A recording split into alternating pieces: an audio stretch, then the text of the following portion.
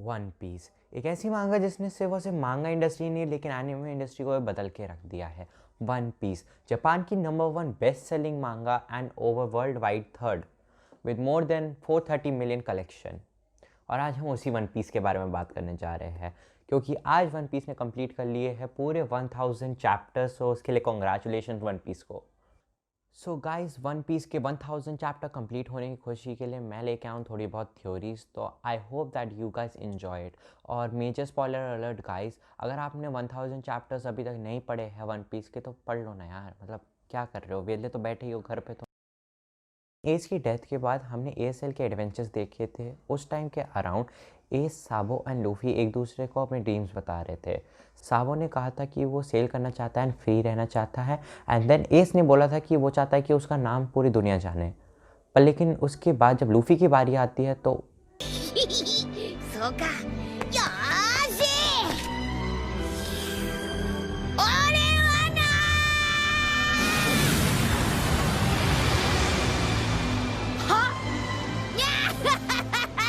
तो गाइस हम चैप्टर 1 से या फिर एपिसोड 1 से देखते आ रहे हैं कि Luffy wants to become the king of pirate. पर लेकिन हमें उसकी ड्रीम के बारे में नहीं पता। हमें लगता था कि ये उसका ड्रीम ही है to be the king of pirate. पर मेरे थ्योरी के हिसाब से मुझे लगता है कि उसका ड्रीम है to be the king of the world. बहुत तेज हो रहा है, बहुत तेज हो रहा एस यमाटो से बात करता हुआ बोलता है कि मेरे भाई का ड्रीम ये है। पर लेकिन उसके बाद वो कहता है कि पहले बार पे तो हम हंसे थे लेकिन हमें पता है कि लूफी ये कर सकता है। पर लेकिन उसको लगा था कि ये बात सुन के यमाटो हंसेगी, पर लेकिन ऐसा बिल्कुल नहीं हुआ। इनफैक्ट यमाटो रोई थी and she said I will never make fun of this. Now coming to the next phase of this theory, Fishman Island. अब आप सबको तो पता ही होगा फिशमैन आइलैंड भी एक one of the best arc थी क्योंकि 2 साल बाद स्ट्रॉ हैट वापस यूनाइट हुए थे अपने एपिक एडवेंचर के लिए। तो उस टाइम के अराउंड हमें एक नए कैरेक्टर से मिलवाया गया था जिसका नाम था शार्लिन। शार्लिन शार्लिन पता नहीं क्या था, पर लेकिन वो बेसिकली एक प्रॉफिट थी या फिर उसको फ्यूचर दिखता था। तो फिर उस टाइम पे उसने प्रोफेसी देखी थी कि Luffy will going to destroy the Fishman Island. So guys ये तुम्हें भी पता हो मुझे भी पता है कि लूफी ने ऐसा क्यों किया है। वो फ्लेक्स कर रहा था सिर्फ और सिर्फ शिराहोशी के सामने क्योंकि वो उसको अपने हैरम का पार्ट बनाना चाहता है। Just kidding guys. लूफी चाहता है जो फिशमैन आइलैंड के लोग हैं वो लोग सरफेस पर रह सके। और सिर्फ फिशमैन आइलैंड के नहीं, लूफी चाहता है कि सारी रेसेस एक साथ आके एक साथ रह सके, जो लिन का सपना भी है। And that leads to the third phase of this theory that will be ओहारा का डिस्ट्रक्शन। तो अब आप लोग सोचोगे कि ओहारा से अभी इन सब का जो हमने पहले बात करी है उससे क्या लिंक है। पर लेकिन दोस्तों इस बात का सबसे बड़ा लिंक है क्योंकि ओहारा को डिस्ट्रॉय इसलिए किया गया था क्योंकि ओहारा बहुत क्लोज था ट्रुथ के।